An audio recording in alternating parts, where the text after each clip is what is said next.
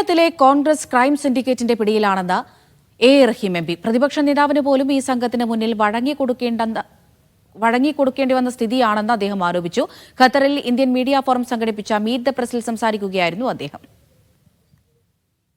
ധാർമ്മികത തീരെ ഇല്ലാത്ത ഒരു സംഘമാണ് കോൺഗ്രസിലെ ക്രൈം സിൻഡിക്കേറ്റ് എന്ന് എ റഹീം പറഞ്ഞു. ഹൂ കെയേഴ്സ് എന്നതാണ് അവരുടെ ടാഗ്ലൈൻ. ഷൈൻ ടീച്ചറാണ് ആ സിൻഡിക്കേറ്റിന്റെ ഏറ്റവും ഒടുവിലത്തെ ഇരയെന്നും അദ്ദേഹം ചൂണ്ടിക്കാട്ടി. കേരളത്തിലെ കോൺഗ്രസ് ഒരു ക്രൈം സിൻഡിക്കേറ്റിന്റെ കയ്യിൽപ്പെട്ടിരിക്കുന്നു. ദൗർഭാഗ്യവശാൽ ആ ക്രൈം സിൻഡിക്കേറ്റ്, കോൺഗ്രസിലെ ഒരു വിഭാഗം വരുന്ന ആ ക്രൈം സിൻഡിക്കേറ്റിന്റെ സമ്മർദ്ദങ്ങൾക്ക് പ്രതിപക്ഷ നേതാവിന് പോലും വഴങ്ങി കൊടുക്കേണ്ടി വരുന്നു. ശ്രീ സണ്ണി ജോസഫ് ആ ക്രൈം സിൻഡിക്കേറ്റിന് മുമ്പിൽ ഭയപ്പെട്ടു പോകാൻ. ആ ക്രൈം സിൻഡിക്കേറ്റിന്റെ പ്രവർത്തനങ്ങളുടെ ഏറ്റവും ഒടുവിലത്തെ ഇരയാണ് നിലവിലത്തെ എറണാകുളത്ത് നിന്ന് വന്ന ഷൈൻ ടീച്ചറുടെ പ്രശ്നം. അന്തരിച്ചുപോയി AKG മുതൽ ജീവിച്ചിരിക്കുന്ന കോൺഗ്രസിന്റെ നേതാക്കൾ വരെ, ഏറ്റവും ഒടുവിൽ ശ്രീ വി ഡി സതീശൻ.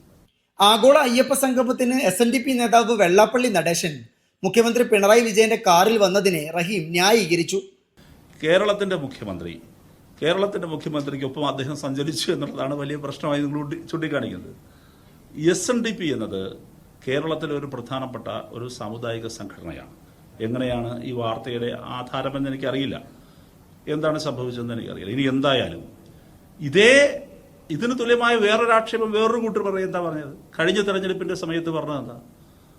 നിങ്ങൾ പൗരത്വ ഭേദഗതിയുടെ അന്ന് പൗരത്വത്തിന്റെ പ്രശ്നം ഉയർത്തി കാണിച്ച് അതിനെതിരെ സമരം ചെയ്തിട്ട് നിങ്ങൾ നോക്കൂ, മുസ്ലിം വേദിയിൽ CPIMന്റെ വേദിയിൽ നിസ്കരിക്കുന്നു മുസ്ലിയാക്കന്മാർ. എന്നാൽ വെള്ളാപ്പള്ളിയുടെ വർഗീയ പ്രസ്താവനയെ പിന്തുണയ്ക്കുന്നുണ്ടോ എന്ന ചോദ്യത്തിനുള്ള ഉത്തരം ഇങ്ങനെയായിരുന്നു. ആ പ്രസ്താവനയൊന്നും ഞങ്ങൾ അഡ്മിയർ ചെയ്യേണ്ട കാര്യമൊന്നുമില്ല. വിമാനയാത്രാ ദുരിതമടക്കമുള്ള പ്രവാസികളുടെ പ്രശ്നങ്ങൾ പാർലമെന്റിൽ സജീവമായി ഉന്നയിക്കുമെന്നും അദ്ദേഹം ഉറപ്പു നൽകി. Media 1, Doha.